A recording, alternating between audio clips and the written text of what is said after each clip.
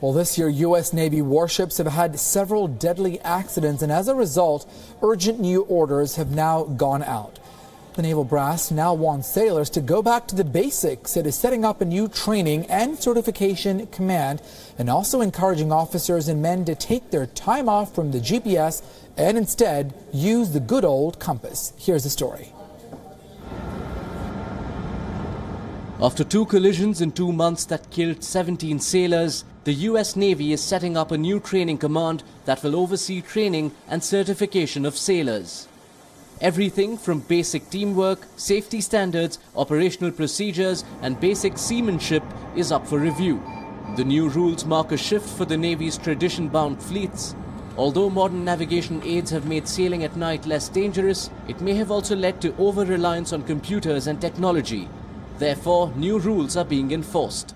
Commanders want sailors to use old-fashioned compasses and sextants and note their readings not on iPads but on good old-fashioned pencil and paper. The idea is to be alert and track potential hazards. The Navy brass hopes to enhance operational safety at a time when the Navy, which has shrunk because of budget cuts, is still performing the same duties as a larger fleet did years ago. Constant deployments leave little training time or to maintain ships. A new report found some sailors were on duty for up to 108 hours each week. The review is welcome, but leaves the question whether a tech-dependent generation can graduate to compasses and sextants. Bureau Report, WION. Well, joining us in tonight's first discussion, we have retired Commodore and defense expert Uday Bhaskar joining us from New Delhi. Thank you so much, sir. We appreciate your insights and inputs. Let's first start off. Why do such collisions at sea occur? Collisions at sea occur because the basic rules of seamanship are not being observed in the manner that they should be. Because there are some principles at sea when a ship is sailing, either alone or in company, and these are inviolable.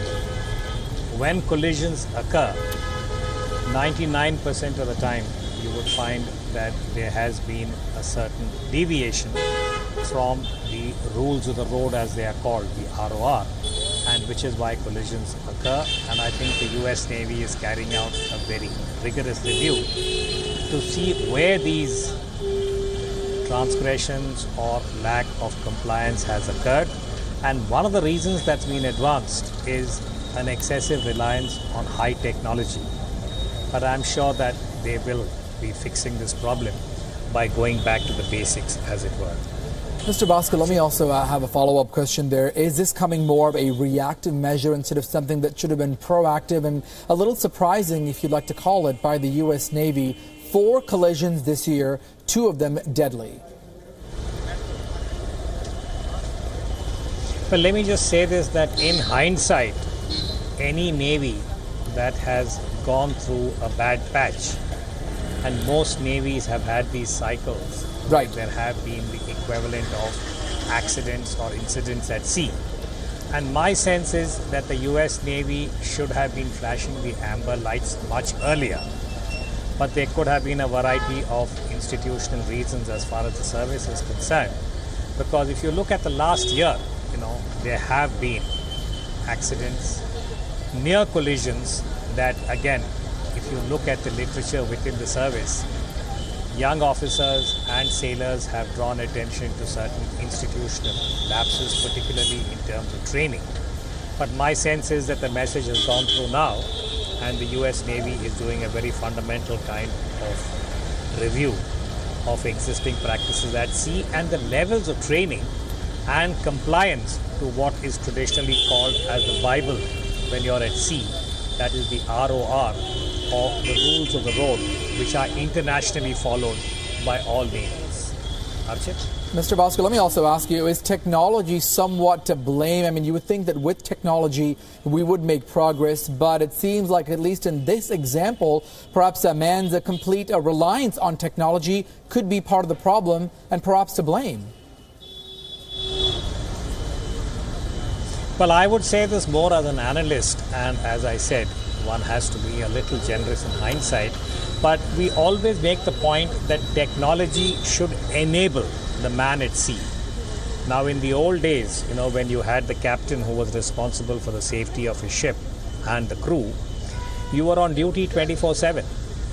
And I do recall from my limited experience that when you were at sea, and particularly when you were in company, or you were sailing through what might be called as constricted waters, for instance, something like the Malacca Strait, or when you enter the Persian Gulf, where there is a high density of shipping, both merchant and occasionally naval, then my recall is the captain never leaves the bridge.